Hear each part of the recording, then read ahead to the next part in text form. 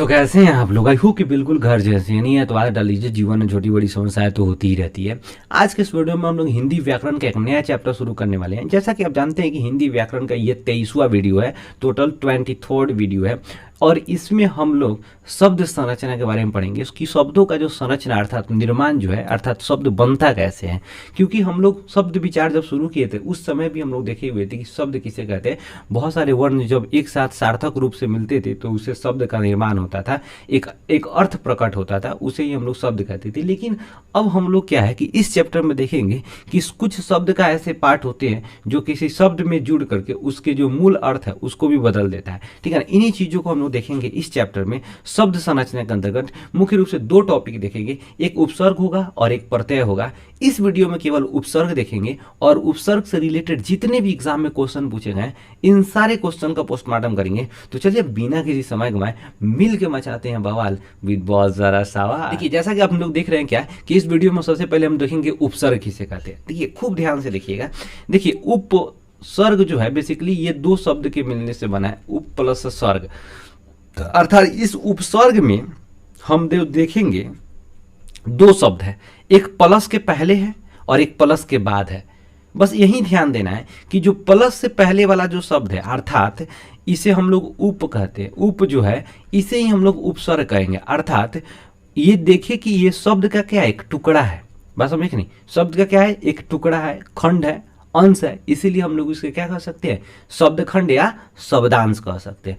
तो वैसा शब्द खंड या शब्दांश जो किसी शब्द के पहले लगकर, यहां देखिए पहले लगा हुआ है, अर्थात पहले जब भी कहा जाएगा अर्थात प्लस के पहले लगकर उसके अर्थ को बदल देता है। देखिए स्वर्ग का अर्थ होता है निर्माण करना, सृष्टि करना, बात समझे कि नहीं। और उप का अर्थ होता है समीप, मतलब ऐसा शब्द जो किसी शब्द के पहले या फिर नजदीक में लग करके क्या करता है, उसके अर्थ को बदल देता है, उसे हम लोग उपसर्ग कहते हैं। उपसर्ग में उप जो है उपसर्ग लगा हुआ है, ध्यान में रखना है। तो इसी चीज को हम लोग डिटेल से पढ़ेंगे और समझेंगे। तो सबसे पहले देखिए कि शब्द का जो संरचना होता है, ध्यान से देखिएगा, शब्द का जो संरचना होगा, इस शब्द का संरचना कैसे होगा, इसी अगर इस चीज को समझ जाएंगे तो उपसर्ग और प्रत्यय, संधि, समास, ठीक है ना, और पुनरुक्ति या द्विरुक्ति के द्वारा जो शब्द का निर्माण होता है, इन सभी चीजों को बहुत ही आसानी से समझ जाएंगे। ठीक है ना, तो एक एक करके हम चीजों को समझते और देखते हैं एक एक टॉपिक को और उसका पोस्टमार्टम करते हैं। देखिए करा क्या है, हिंदी में शब्दों की रचना मुख्यतः 5 प्रकार से होती है। हिंदी में जो शब्द की रचना होगी वो 5 प्रकार से। अभी जस्ट ही हम लोग बात किए कि उपसर्ग जोड़कर, मतलब कोई शब्द ऐसा है, ठीक है ना, जिसके पहले कोई अन्य शब्दखंड या शब्दांश जोड़ करके उसके अर्थ को बदल दिया जाए, उसे ही हम लोग कहेंगे उपसर्ग। जैसे देखिए यहाँ पर प्लस है, प्लस में पका का अर्थ होता है कोई चीज पका हुआ, बात समझे कि नहीं, एक तरह से परिपूर्ण, एक तरह से समझिए तो। और यहाँ पर अध लगा दिया, अध का मतलब होता है आधा, ठीक है ना, तो इसका मतलब क्या होगा, अधपका, कोई ऐसा चीज है जो आधा पका हुआ है, पूर्ण रूप से पका हुआ नहीं है। उसके बाद प्रत्यय जोड़कर, प्रत्यय का मतलब होता है, प्रत्यय और उपसर्ग दोनों क्या है, शब्द का एक खंड है, शब्द का एक अंश है, शब्द का एक टुकड़ा है, इसीलिए हम इसको शब्द खंड या शब्दांश कह सकते हैं, उपसर्ग या प्रत्यय को। ठीक है ना, तो कह रहा है क्या कि प्रत्यय जो होता है कि किसी भी शब्द में हम प्रत्यय को जोड़ते हैं। यहाँ पर देखिए, यहाँ पर लिखा हुआ लड़ आ प्लस आ का लड़ापन। अरे देखिए यहाँ पर, छोड़ो इसको यार, यहाँ पर एक दूसरा देख सकते हैं, यहाँ पर गलती टाइपिंग हो गया। वहाँ यहाँ पर ऐसे कर सकते हैं, आप भल आप प्लस आई, क्या हो जाएगा, भलाई।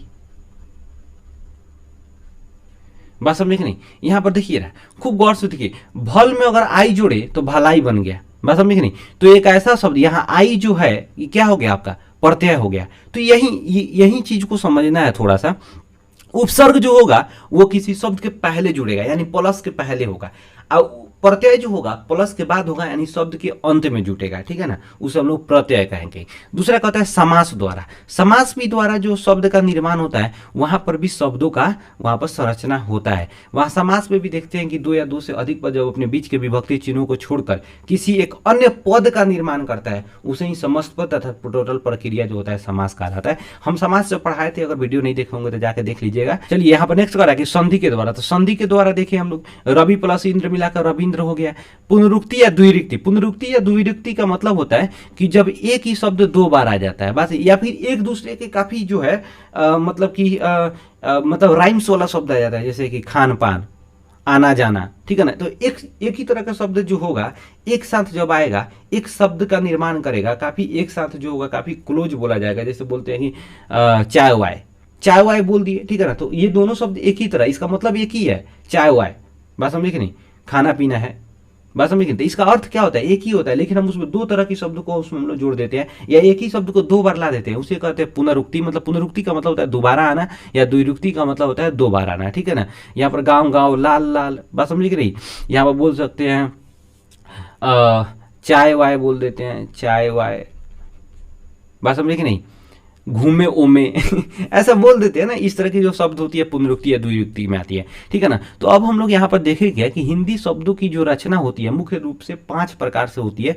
एक जो होती है उपसर्ग जोड़कर, दूसरा प्रत्यय जोड़कर, तीसरा समास से, चौथा संधि के द्वारा, और पांचवा पुनरुक्ति या द्विरुक्ति के द्वारा होगा, ठीक है। तो हम लोग देखेंगे कि शब्द का निर्माण टोटल 5 प्रकार से होता है, 5 तरह से हो सकता है। इसमें से हम लोग एक को देखेंगे आज, ये उपसर्ग किसे कहते हैं। समास संधि तो पहले ही पढ़ाई हो चुका है, ठीक है ना। इसमें हम लोग पहले उपसर्ग देखेंगे, उसी रिलेटेड जितने भी एग्जाम में क्वेश्चन पूछे हुए हैं उन सभी चीजों को देखेंगे। तो चलिए बिना किसी समय गंवाए देखते हैं आगे उपसर्ग क्या है, उपसर्ग का प्रकार कितने होते हैं, मूल रूप से उपसर्ग कितने होते हैं, संख्या कितना होता है उसका, इन सभी चीजों को देखते हैं डिटेल में। चलिए कह रहा है क्या उपसर्ग, उपसर्ग वह शब्दांश है, जस्ट बोले शब्दखंड या शब्दांश कुछ भी कह सकते हैं आप लोग, जो किसी शब्द के पहले जुड़कर एक नया अर्थ प्रकट, नया शब्द बनता है, बनाता है। बस हम देखें यहाँ पर बड़ी टाइपिंग में कभी कभी गड़बड़ होता है, नया शब्द बनाता है यानी नया अर्थ प्रकट करता है, उसे ही हम लोग क्या कहते हैं, उपसर्ग कहते हैं।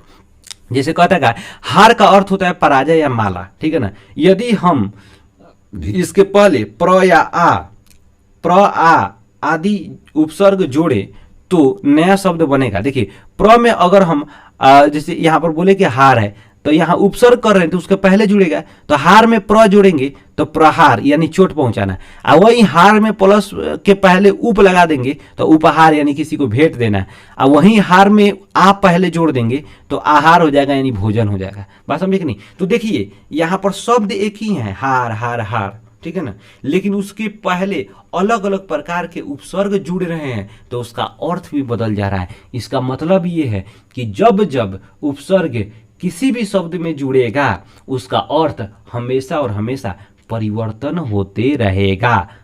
किसके अनुसार, उपसर्ग के अनुसार। जिस तरह का उपसर्ग लगाएंगे उसके हिसाब से उसका अर्थ क्या हो जाएगा, परिवर्तित होते रहेगा, अर्थ उसका बदलते रहेगा, चेंज होते रहेगा।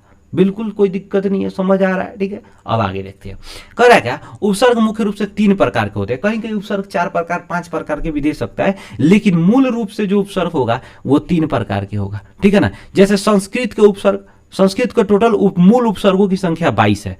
पूछिएगा संस्कृत के उपसर्गों की कुल संख्या कितना है, 22 है। हिंदी के उपसर्गों की कुल संख्या कितनी है, 10 है। विदेशज उपसर्गों की कुल संख्या कितना है, 12 है। अब देखिए विदेशज में ही उर्दू आ जाता है, अंग्रेजी आ जाता है, फारसी आ जाता है, अरबी आ जाता है, ये सभी विदेशज। कहीं कहीं क्या होता है ना कि कहेगा 5 प्रकार के, तो 5 प्रकार के कैसे हो जाएगा। जैसे देखिए एगो संस्कृत के उपसर्ग, हिंदी के उपसर्ग, उसके बाद क्या दे देगा, उर्दू, अंग्रेजी, अरबी, फारसी, ठीक है ना, ये सभी का उपसर्ग दे देगा अलग अलग तरह से। तो भाई ये हमारे ये जो भी लैंग्वेज है ये हमारे देश का नहीं है, ये एक तरह का विदेशज भाषा है। तो विदेशज हम डायरेक्ट इसको विदेशज कहने, क्योंकि विदेशज शब्द पढ़े थे हम लोग। विदेशज शब्द जो शब्द विदेशों से लिया अर्थात विदेशी भाषाओं से लिया गया हो और अपनी भाषा में नॉर्मलता सामान्यतः प्रायतः प्रयोग में लाया जाता है, उसे हम लोग विदेशी कहते थे, ठीक है ना। तो एक तरह से इसे हम लोग विदेशी उपसर्ग कह सकते हैं, कोई दिक्कत नहीं है, ठीक है ना। और विदेशी के अंतर्गत ये सभी आ जाएगा, उर्दू, अंग्रेजी, अरबी, फारसी, ये सब, तुर्की, कुछ भी आ सकता है जो अपने देश की भाषा नहीं हो बेसिकली, ठीक है ना। इसमें कोई दिक्कत नहीं है, कोई झोल नहीं है। आगे बढ़े हम लोग, ठीक है। करे क्या कि उपसर्ग संस्कृत के कुल जो है उपसर्ग हम लोग देखे थे कि 22 होते हैं, ठीक है ना। मूल रूप से 22 उपसर्ग होता है। ज़्यादा भी कुछ कुछ का जो है किसी किसी किताब में ज़्यादा भी दे देता है, उसका टोटल आप पढ़ेंगे तो। लेकिन संख्या अगर पूछता है ऐसा कि संस्कृत में मूल उपसर्गों की संख्या कितना है, तो टोटल 22 होगा, ठीक है ना। ये चीज़ याद रखिएगा। जैसे देख रहा है कि यहाँ पर देखिए उपसर्ग दिया है, यहाँ उपसर्ग का अर्थ दे दिया है, बात समझे कि नहीं।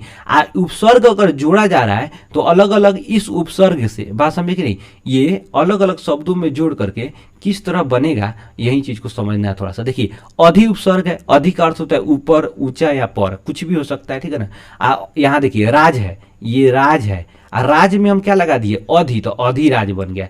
यहाँ देखिए करण है, यहाँ में अधि लगा दिए तो अधिकरण बन गया। यहाँ देखिए पति है, पति में अधि लगा दिए तो अधिपति बन गया, बात समझे कि नहीं। देखिए यहाँ पर समझना क्या है कि जब आप इन सभी चीज को एक एक करके पढ़ लेंगे ना, जब पढ़ लेंगे माइंड में 2-3 बार पढ़ लेंगे तो माइंड में समझ आ जाएगा कि मुख्य रूप से उपसर्ग कौन कौन होता है। जब उपसर्गवाद देख लेंगे ना, तो जब भी आप किताब पढ़ेंगे, जब भी आपसे क्वेश्चन देखेंगे, तो क्वेश्चन देखते समझ आ जाएगा कि इसमें उपसर्ग कौन सा लगा हुआ है। बिल्कुल कोई दिक्कत नहीं, कोई संकोच नहीं होता, ठीक है ना। इस चीज को थोड़ा सा समझिए। कह रहा है क्या पर अनु, यहाँ पर देखिए अनु कह रहा है। अनु, अनु का मतलब होता है पीछे, सदृश्य, सदृश्य का मतलब एक जैसा दिखने वाला, और साथ। यह अनु से किस किस तरह का शब्द बन सकता है, अनु उपसर्ग से।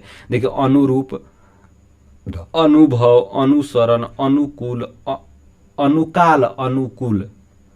यहां देखिए ना अनुकाल, अनुकूल।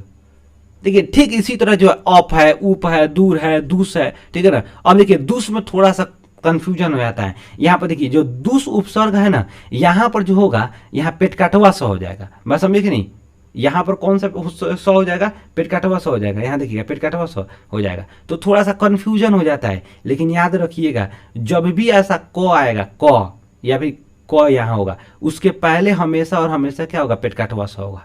कचट तप याद कीजिए, याद किए होइएगा, जब संधि पढ़ेगा तो समझ आया होगा, ठीक है ना। तो जब भी इस तरह का पेट काटवा सा आएगा तो हमेशा याद रखिएगा उसमें दूस होगा। कौन सा होगा, यहाँ पर दंती सा होगा, ठीक है ना, दंती सा होगा, हमेशा याद रखने का। इसको हम लोग मूर्धन्य से, पेट काटवा सा को बोलते हैं मूर्धन्य से, क्योंकि इसको मूर्धा से बोला जाता है। इसको बोलते हैं तालाब्य सा, क्योंकि तालू से बोला जाता है। इसको बोलते हैं दंती सा, क्योंकि दांत से बोला जाता है, इसीलिए इसको दंती सा बोला जाता है। तो पहले आता है तालाबे सा, फिर आता है मूर्धन्य सा, फिर आता है दंती सा, ठीक है ना। हम लोग इसको पेट काटवा सा बोलते हैं कि जल्दी समझ आता है, ठीक है ना। चलिए, तो आपको क्या करना है कि इस पूरे संस्कृत के उपसर्ग को थोड़ा सा आपको एक बार देख लेना है, समझ लेना है, बात समझे कि नहीं। किसी तरह का कोई आपको प्रॉब्लम नहीं होगा, परेशानी नहीं होगा। एक बार समझ लीजिएगा, पढ़ लीजिएगा तो सब समझ आ जाएगा, ठीक है ना। एक ही कॉन्सेप्ट ही देखना है कि उपसर्ग क्या था, ठीक है ना। तो किसी भी शब्द के वैसा शब्दखंड या शब्दांश जो किसी शब्द के पहले जुड़ कर उसके अर्थ में परिवर्तन ला देता है, उसे हम लोग उपसर्ग कहते हैं। बहुत ही कोई बड़ा झोल नहीं है, कोई बड़ा इसमें संकोच नहीं है। कभी भी एग्जाम में ऐसे नहीं पूछता है कि इसमें से कौन हिंदी का उपसर्ग है, कौन आपका संस्कृत का उपसर्ग है, ऐसे नहीं पूछेगा। डायरेक्ट पूछता है कि जैसे मान लीजिए यहाँ पर लिख देगा सजीव, सजीव में कौन सा उपसर्ग लगा हुआ है। तो देखिए ना यहाँ पर खूब गौर से देखिए, यहाँ पर अगर हम लोग देख रहे हैं 3 गो शब्द है, ठीक है ना। तो अगर हम यहाँ पर नॉर्मल हम एगो को स को अलग करते हैं, जीव को अलग करते हैं, तो जो बड़ा वाला अर्थ है, जो शब्द है, इसका कोई ना कोई अर्थ तो निकल रहा है, ठीक है ना। जीव का अर्थ निकल गया, इसका मतलब क्या लगा हुआ है, स लगा हुआ है। बिल्कुल आपको कोई भी बड़ा चीज देखिएगा ना, तो वहां पर ये देखिएगा कि इसमें से 2 वर्ड, या तो कोई 1 वर्ड या 2 वर्ड, ठीक है ना। कोई भी 2 वर्ड आप निकालिएगा यहाँ पर, और उसके बाद वाला अर्थ, उसके बाद देखिएगा कि ये अर्थ पूर्ण अर्थ बन रहा है कि नहीं। ये जो शब्द बन रहा है एक तरह से ये सार्थक बन रहा है कि नहीं बन रहा है। जब बन गया इसका मतलब समझ जाइएगा उपसर्ग वही है। ये तो नॉर्मल है यार, जब पूरा पढ़ लिया जाएगा ना, इस उपसर्ग को एक बार नजर उठाकर देख लोगे, तो जब भी एग्जाम में आप जाओगे, एग्जाम देने जाओगे, तो बिल्कुल आपको समझ आ जाएगा, बिल्कुल आपको समझ आ जाएगा कि ये इसमें कौन सा किस तरह का उपसर्ग लगाया हुआ है। किसी भी तरह का कोई दिक्कत नहीं होगा। बस इसी तरह का आपको समझ करके देखना है। जैसे मान लीजिए अ है, तो यहाँ पर अ से क्या बना हुआ, अकर्म, अन्याय, अचल, अभागा, अकाल। अभागा कहा जाता है ना, बड़ा मम्मी उम्मी या फिर कोई बड़े लोग होते हैं, अभागा क्या कर रहा है, तुरंत बोल देता है अभागा। बात समझे कि नहीं, जिसके पास भाग नहीं हो, बात समझे कि नहीं, जिसके पास भाग की अभाव हो, बात समझे कि नहीं, उसे अभागा कहा जाता है। जो थोड़ा सा जो बच्चा बदमाशी करने लगता है उसको अभागा कहता है। यहाँ देखिए अध, अध का मतलब होता है आधा। देखिए अध जला, अध पका, अध मारा, अध कचरा, बस में नहीं कहता है साफा मार के अध मुआ कर दसन, ठीक है ना। बोलते हैं ना साफा मार के अधमुआ, अधमुआ का मतलब होता है कि मतलब कि एक ऐसा सिचुएशन ला दिए, ना उठ चलता है, ना उठ सकता है, ना बोल सकता है, केवल कोहर सकता है, बस अब एक नहीं, उसे अधमारा कहते हैं। देखिए दूसरा क्या कर रहा है, अन, तो अन से क्या बनेगा, अनबन, अनजान, अनहोनी, अनमोल। देखिए अनजान, यहाँ पर देखिए यहाँ पर अनुस्वार लगा हुआ है, अनजान, इसीलिए यहाँ पर अन लगा हुआ है। देखिए इसी तरह करके सु, भर, नी, उप, इस तरह करके क्या है, टोटल के टोटल ये उपसर्ग है। इसको एक एक करके समझ लीजिएगा, आपको बिल्कुल आपका जो है दुख दूर हो जाएगा, आपका बेड़ा पार लग जाएगा, इतना ही से आपका बेड़ा पार लग जाएगा। फिर कह रहा है क्या, अरबी भाषा के उपसर्ग। हम लोग देखे थे कि विदेशज भाषाओं में टोटल 12 उपसर्ग मूल उपसर्ग है। हालांकि अगर लमरा उमरा के लिखा जाए तो बहुत सारा हो जाएगा, लेकिन मूल संख्या इतना ही होता है, ठीक है ना। जैसे उपसर्ग में करा कि एन, गैर, बिल, ला, लवारिस। लवारिस इसमें तो होगा नहीं भाई, क्योंकि लवारिस से ही ला शब्द से बना हुआ है। वारिस, वारिस हो गया, वारिस के पहले ला लगा दिया था, लावारिस हो गया। देखिए वारिस का मतलब होता है मतलब कि पुत्र वगैरह, ठीक है ना, या फिर संतान की बात की जाती है। और लावारिस लगा दे तो अनाथ एक तरह से कह सकते हैं, ठीक है ना, ला लगा दीजिएगा उसमें तो, ठीक है ना। तो देखिए यहाँ पर कह रहे हैं क्या कि एन, एन का मतलब होता है ठीक, सटीक। वहीं कहते हैं एन मौका, एन वक्त पर धोखा दे दिया हमको, बात समझे कि नहीं, मतलब सटीक जब मौका आया सहायता करने का तो धोखा दे दिया उसे, ठीक है ना। गैर का मतलब होता है निषेध, विरोध, विपरीत। जैसे गैर कानूनी, बात समझे कि नहीं, जो कानून के विपरीत है। गैर मुमकिन, जो बिल्कुल मुमकिन नहीं है, बात समझे कि नहीं। करे गैर वाजिब, बिल्कुल वाजिब नहीं है, ठीक है ना, यानी इसका मतलब नकारात्मक अर्थ निकलता है, इसके विपरीत अर्थ निकलता है गैर से। इसी तरह आप देख देंगे बिल है, ला है, लावारिस है, आप समझ जाएंगे, कोई दिक्कत नहीं होगा, कोई परेशानी नहीं होगा आपको। चलिए आगे देखते हैं। करेगा फारसी के उपसर्ग। देखिए फारसी के उपसर्ग कुछ ज़्यादा ही होता है, ठीक है ना। आ हो गया, कम हो गया, खुश हो गया, दर हो गया, नेक हो गया, ये सब का सब क्या है आपका, ये उपसर्ग है। आप एक एक करके समझ जाइएगा, यहाँ पर देख लीजिएगा कि किस उपसर्ग से क्या बना हुआ है, कौन सा उपसर्ग का क्या मतलब होता है, ठीक है ना। जैसे देखिए यहाँ पर खुश से क्या बना हुआ है, खुशखबरी, खुश नसीब, खुशबू, ठीक है ना। बा से क्या बना हुआ, बा का मतलब होता है साथ या वाला। बा अदब, बाइज्जत नहीं कहा जाता है, कोर्ट वोट में जाया जाता है तो कहा जाता है फलना विक्टिम को बाइज्जत बरी किया जाता है, मतलब इज्जत के साथ बरी किया जाता है। कोई आदमी ऐसा होता है जिस पर से केस जो है मतलब कि केस कोई फर्जी केस कर देता है, या फिर जो कोर्ट होता है, अदालत होता है, उसे रिहा किया जाता है, तो कहा जाता है बाइज्जत रिहा किया जाता है, बाइज्जत बरी की जाती है, मतलब कि इनको मुक्त किया जाता है केस से, बात समझे कि नहीं। उसी तरह बे का मतलब होता है बिना, ठीक है ना, डैश के बिना, तो बेइज्जत नहीं कहता है, बेअकल, अकल के बिना, बेइज्जत, इज्जत के बिना, बेईमान, बेईमान के बिना, मतलब बिना ईमान के, बेवफा, बेवफा ठीक है ना। तो समझ आ रहा होगा, बिल्कुल कोई दिक्कत नहीं है, ठीक है। चलिए आगे देखते हैं। अंग्रेजी के उपसर्ग। देखिए अंग्रेजी में कुछ ऐसा शब्द होता है जो किसी अन्य शब्द के पहले जो होता है ना, वो जुड़ कर उसका अर्थ, जैसे कहते हैं डबल, डबल का मतलब दुगुना है, बिल्कुल समझ रहे हैं यहाँ पर। डबल रोटी, डबल नाश्ता, डबल फॉल्ट, ऐसा बोलते हैं ना किसी को, बिल्कुल। डबल धमाल ऐसा बोलते नहीं है, डबल धमाल। वह deputy, deputy collector, deputy CM, deputy PM, deputy president बोलते हैं ना ऐसा, डिप्टी इंस्पेक्टर, डिप्टी कमिश्नर, इस तरह का। फुल, फुल का मतलब क्या होता है, पूरा एकदम लबालब फुल का मतलब full kurta, full sweater, full जूता, बिल्कुल इसी तरह का। Half pant, half shirt, half T shirt, बस समझिए ना, हाफ टोपी इस तरह का कुछ भी बोल सकते हैं। Head, head master, head clerk, head pandit, ठीक है ना। तो ये बिल्कुल एकदम आसान है यार, उपसर्ग कोई बड़ा चीज़ नहीं है, ठीक है ना। अब चलिए कुछ हम लोग लॉलीपॉप क्वेश्चंस को देखते हैं। देखिए लेकिन एक थोड़ा सा याद रखिएगा, कुछ कुछ ऐसा संस्कृत का शब्द होता है भाई साहब, उसमें दो दो उपसर्ग लगे होते हैं। जैसे देखिए ना यहाँ पर वी प्लस आ प्लस करण, यानी करण में दो लगा, आ प्लस वी दो लगा, तब व्याकरण बना। अभ्युदय में देखिए अभि प्लस उत प्लस हार, अभ्युधार देखिए दूर प्लस वी प्लस औ प्लस हार, बस दुर्व्यवहार, बस समझ नहीं। यहाँ पर देख रहे हैं ना, तीन तीन गो उपसर्ग लग गए भाई साहब, ठीक है ना। ये एग्जाम में ज़्यादा नहीं पूछता है, आपको ज़्यादा क्या पूछेगा, उपसर्ग जिसमें एक शब्द की मात्रा हो, ठीक है ना, जिसमें एक शब्द या शब्दकांड जुड़ता हो, ठीक है। चलिए हम लोग थोड़ा सा क्या है लॉलीपॉप क्वेश्चन को समझते हैं और देखते हैं। इसके अलावा दो उपसर्ग के लगने वाले बहुत सारा है जिसको आप यहाँ देख सकते हैं, एक बार देख लीजिए। ये मुख्य मुख्य ऐसे शब्द है जिसमें दो उपसर्ग आते हैं, ठीक है ना। इसको थोड़ा सा आप देख लीजिएगा, एक नज़र समझ आ जाएगा कि कौन कौन से ऐसे शब्द जिसमें 2 उपसर्ग आता है, ठीक है ना। जो इंपॉर्टेंट है यहाँ पर हम आपको लिस्टेड कर दिए हैं।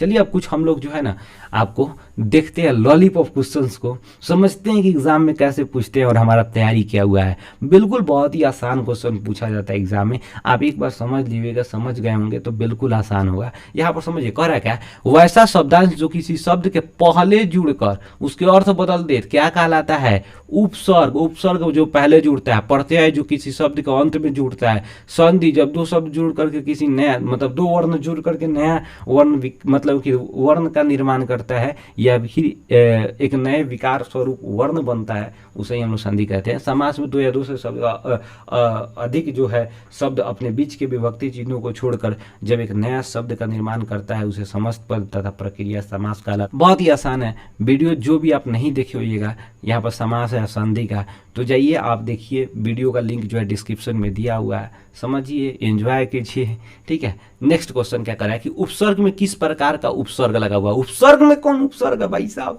बिल्कुल एकदम आसान है। ऊप है, कितना लिखवा ई मार देगा बड़ा वाला ऊ, बिल्कुल गलत है भाई, ठीक है ना। नेक्स्ट क्या करा कि संस्कृत में मूल उपसर्गों की संख्या, यहाँ पर देखो यार गड़बड़ा गया, संख्या, संस्कृत में मूल उपसर्गों की संख्या कितनी है भाई साहब, तो संस्कृत सबसे ज्यादा, संस्कृत 22 गो, ठीक है ना, 12 गो विदेशज, विदेशज, ठीक है ना, और 10 गो हिंदी का, 10 गो हिंदी का उपसर्ग है, ठीक है ना। नेक्स्ट का हिंदी भाषा में अपनी कुल कितने मूल उपसर्ग है, ये तो बहुत आसान, अभी 10 देख लिए। विदेशी भाषा में कुल कितने मूल उपसर्गों की संख्या है, 12। बाप रे, एग्जाम में पूछा हुआ क्वेश्चन है सब। कह कि दुरात्मा में किस प्रकार का उपसर्ग है, तो दुरात्मा, तो याद रखिएगा भाई साहब, दुरात्मा में दूर उपसर्ग है, पूरा र वाला नहीं होगा, ठीक है ना। यहाँ पर देखिए ना, दूर प्लस आत्मा, आत्मा आप जोड़ेंगे यहाँ पर, तो देखिए ये वाला आ जो है आधा र में जुड़ेगा तो रा हो जाएगा, यहाँ से दू ला लीजिए, यहाँ से तमा ला लीजिए, तो दुरात्मा नहीं बन जाएगा, इसलिए आधा तो र वाला होगा, पूरा र नहीं होगा। देखिए दुष्कर्म वही बड़ा देखे थे कि जब भी पेट काटवा स आएगा यानी दंती स, आधा दंती स, ठीक है ना। सफा एकदम दिमाग में रखना है हमेशा, एकदम बैठा के। नेक्स्ट करा क्या, अत्यंत में किस प्रकार का उपसर्ग है, भाई साहब यंस और संधि याद कीजिए। जब भी य और व के पहले कोई ऐसा शब्द जो आधा आता था, उस आधा में यदि अ आया, यदि य के पहले कोई वर्ण आया हुआ है तो उसमें ई लगा दीजिए, ई। यदि वो के पहले कोई लगा हुआ है तो ऊ लगा दीजिए। साफ आसान था एकदम यार। तो अब देखिए ना भाई साहब, यहाँ पर कह रहा है कि अत्यंत, तो त के पहले सॉरी य के पहले आधा तो है, तो य के पहले तो आधा तो में क्या लगेगा, ई, तो इसका मतलब क्या हो जाएगा, अति, ठीक है ना। अति प्लस अंत, अति प्लस अंत बराबर अत्यंत। बिल्कुल ध्यान रखना है, यंस और संधि में यदि य और व के पहले कोई भी वर्ण आधा आ जाता है तो यंस और संधि। यदि य के पहले कोई वर्ण आया है तो उस आधा वर्ण में ई लगाना है, यदि व के पहले कोई वर्ण आया हुआ है आधा है तो उस आधा वाले वर्ण में ऊ लगाना है, बस प्लस करके लिख देना है। आगे देखिए कह रहा कि प्रत्येक, फिर आया य के पहले आधा तो क्या हो जाएगा, प्रति। भाई साहब ये एग्जाम में क्वेश्चन पूछा हुआ है, बहुत पूछा हुआ है, ठीक है ना। आप संधि जाइए एक बार पढ़ लीजिए, समझ लीजिए, ठीक है ना, नहीं तो बहुत दुख होगा, दर्द होगा। करा कि निर्वास में किस प्रकार का, तो बिल्कुल निर्वास में नी आ प्लस र होगा, आधा र। आप ध्यान दीजिएगा, जब भी इस तरह का र आएगा ना उसका आधा र ही होता है मतलब, लेकिन वो आधा र जो होता है उसके पहले वाले वर्ण के, जैसे वह पर लगा हुआ है यहाँ पर आधा र, तो इसका उच्चारण, इस र का उच्चारण जो होगा इसके पहले होगा, ठीक है ना। नी के बाद जिस पर लगा हुआ उसके पहले यानी बीच में, तो निर्वास, निर्वास यानी नी और वा के बीच में र आ रहा है तो निर्वास, इसलिए यहाँ पर जो होगा उपसर्ग क्या होगा, नीर होगा। नेक्स्ट कह रहा है क्या, सुलभ में किस प्रकार का, ये तो बहुत ही आसान है यार, सु जो होगा या सुल नहीं होगा, देखो कितना लड़का ई मार देगा, सुल नहीं हो पाएगा, और कितना लड़का इस तरह का मार देगा, नहीं होगा भाई साहब। ऑप्शन आपका आंसर क्या हो जाएगा, आपका ए नंबर। नेक्स्ट कह रहा है क्या, अवज्ञा में किस प्रकार का उपसर्ग है, भाई साहब देखो अवज्ञा में देखो यहाँ पर कितना लड़का मार देगा, क्या अ, कितना लड़का मार देगा औ, ठीक है ना। तो दोनों में कंफ्यूजन है, अ नहीं होगा भाई साहब, ठीक है ना, अ होगा, अ प्लस ज्ञा, ठीक है ना, अ प्लस ज्ञा, तब होगा अवज्ञा, ठीक है ना। दूसरा क्या कर रहा है, अनुकूल में क्या है, तो अनु में तो बहुत ही आसान है यार, अनु होगा। बाइज्जत में क्या है, बा, उसी समय देखिए बाइज्जत, इज्जत के साथ, बा का मतलब होता है के साथ। प्रति उपसर्ग निम्नलिखित में से किस शब्द में लगा हुआ है, तो प्रति उपसर्ग से क्या बना हुआ है, प्रातःकाल होगा नहीं, प्रकृति होगा नहीं, प्रकार होगा नहीं, प्रति उपकार। अब देखिए ना, तो य के पहले त, आधा त, तो आधा त है, इसका मतलब य के पहले मतलब क्या कि ई लगेगा, तो अपना प्रति बन जाएगा, तो प्रति उपकार नहीं हो जाएगा। आंसर क्या है, सी नंबर। नेक्स्ट कह रहा है उप उपसर्ग से किस प्रकार का शब्द बनेगा, उप से उत्थान नहीं बनेगा, उत्कर्ष नहीं बनेगा, सभी नहीं बनेगा, उपकार। आंसर क्या बन जाएगा भाई साहब, आपका आंसर सी सही है। नेक्स्ट कह रहा है क्या, उपसर्ग में किस प्रकार का उपसर्ग लगा हुआ है, उपसर्ग में उप लगा हुआ है, ये वाला उप लगा हुआ है। नेक्स्ट कह रहा है उपसर्ग का क्या अर्थ होता है, पहले जुड़ना, अंत में जुड़ना, पहले जुड़कर शब्द में परिवर्तन लाना, ये वाला फुल मैटर है। पहले क्या होगा, पहले जुड़ना, लिख देगा उपसर्ग का अर्थ क्या होगा, पहले जुड़ना, और उसे भयंकर दिया है सी में, तो ये छोड़ देगा। इसलिए पहले पूरा पढ़ो भाई साहब, पूरा पढ़ोगे मजा आएगा, आंसर छूटेगा नहीं, गलत नहीं होगा, कन्फ्यूजन नहीं होगा, नहीं तो हड़बड़ी में बहुत बड़ा गड़बड़ हो जाता है, ठीक है ना। इसलिए ऑप्शन पढ़ना चाहिए। तो जैसा कि आप देख रहे हैं भाई साहब, उपसर्ग देखिए बहुत ही आसान टॉपिक था, आपको समझ भी आया होगा, क्वेश्चन बैंक को बनाए होंगे, इस पूरे क्वेश्चन को आपको समझ आया होगा कि कितना आसान है, कितना बिल्कुल आपको एकदम लॉलीपॉप की तरह ही है। हालांकि जब चैप्टर पढ़ लेंगे तो हर क्वेश्चन ये जो होगा आपको लॉलीपॉप का तरह दिखेगा। तो चलिए आज के लिए बस इतना ही। वीडियो अच्छा लगा हो तो लाइक कीजिए, नहीं अच्छा लगा हो डिसलाइक कीजिए, चैनल को कंपलसरी सब्सक्राइब कीजिए। तो मिलते हैं नेक्स्ट वीडियो में, तब तक के लिए जय हिंद।